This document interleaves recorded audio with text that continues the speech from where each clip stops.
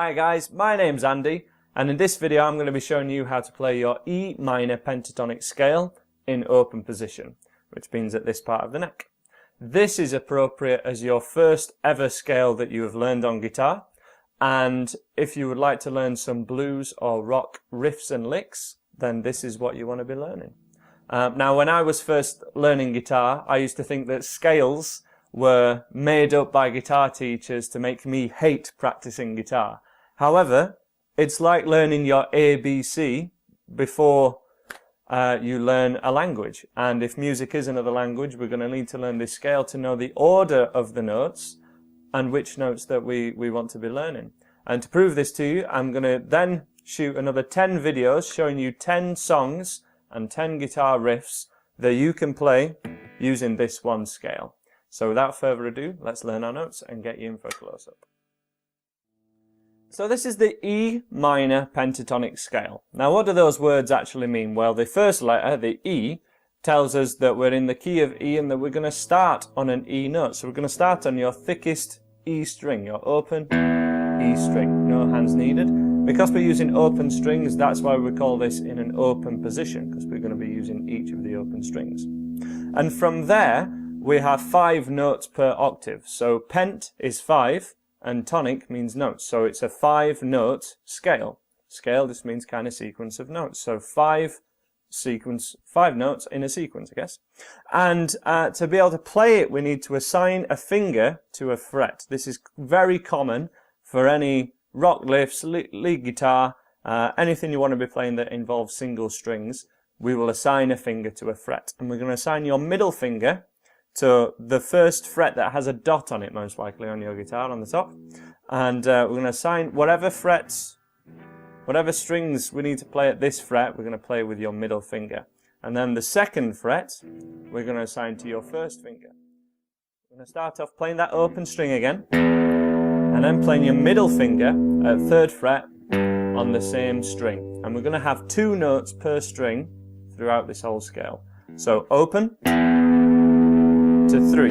And if you check out the tab or the chord sheet that's on my website, the lesson write-up for this lesson, it will really help you. Click the link to my website and you will see on the tab sheet that we have 0 and then 3. They're the first 2 notes that we've played. From there we go down a string and play the open A. And then it's 2nd fret on the A string. And then we're down 1 more string.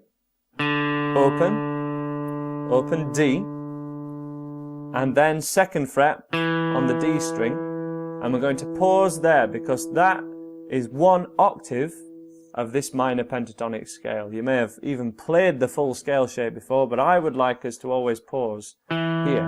There's a reason for that I will cover in a second. Let's just do that one more time. Open, 3 on the same string, open, A string, 2nd fret on the A string, open on the D string, and then open, 2nd fret on the D string. Now the reason we're pausing there is this is the location of most rock riffs or rhythm guitar. So we've got a ton of riffs here that we're going to be covering. 20th Century Boy, and many riffs that use the octave like Walk This Way. They kind of stop here. They don't tend to cross over too much onto the 2nd octave, which is this sequence of notes, because that sequence of notes tends to be reserved more for lead guitar. Not 100%, but they definitely tend to be separated. It's very rare that we'll go from one to the other, though there are examples of that, so I'd just like us to kind of memorize this pause. So, ascending, going up the sequence of notes, and then when we come back down, which I'd like to do from here just first of all, it's really important that we do it in the right order. So we go 2nd fret to open, 2nd fret to open, 3rd fret to open. And that's so that we're not missing anything out or jumbling up the sequence at all. We've gone low to high and then straight back down again. If you do them out of this order, you're purposefully kind of jumping around the sequence of notes. And it would be like learning your A, B, C, D, E, F, G in an incorrect order. Basically, how would you know if you've missed any notes out if you don't learn them in the right order? So this is the idea. And the way you want to practice that is just have a nice regular pulse, maybe just a little bit faster than once per second, and play them at regular intervals.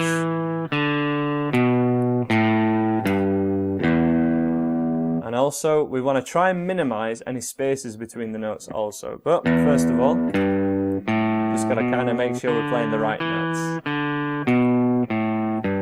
And from there, we're going to walk up that sequence one more time to that second fret on the D string, which is an E note. So that's kind of what an octave means. It's the next letter that is at a different pitch, but it's the same letter. So E to the next E that we have.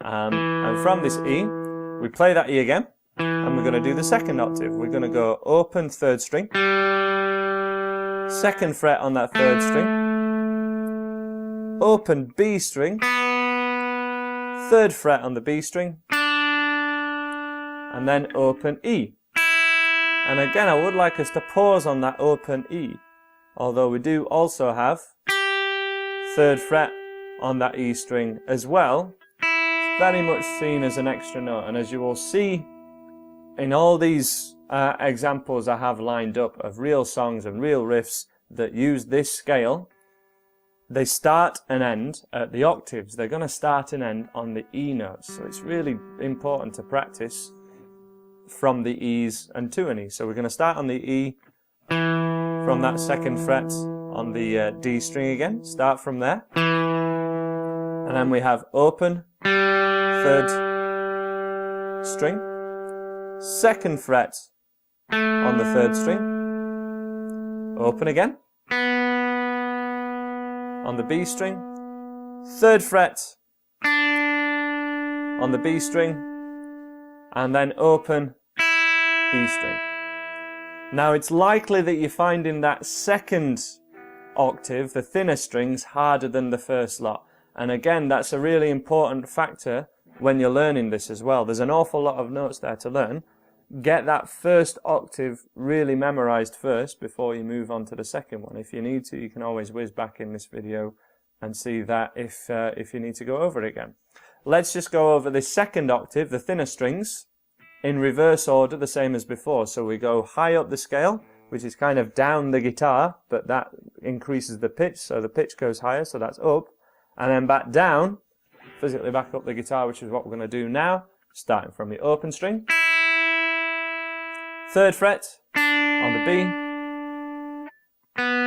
open second string, second fret on the G string, open G, and then finish that octave at second fret on the D string. And then again we can continue all the way down there after we've paused. Second again, the E note, open, second fret, open, third fret, and open.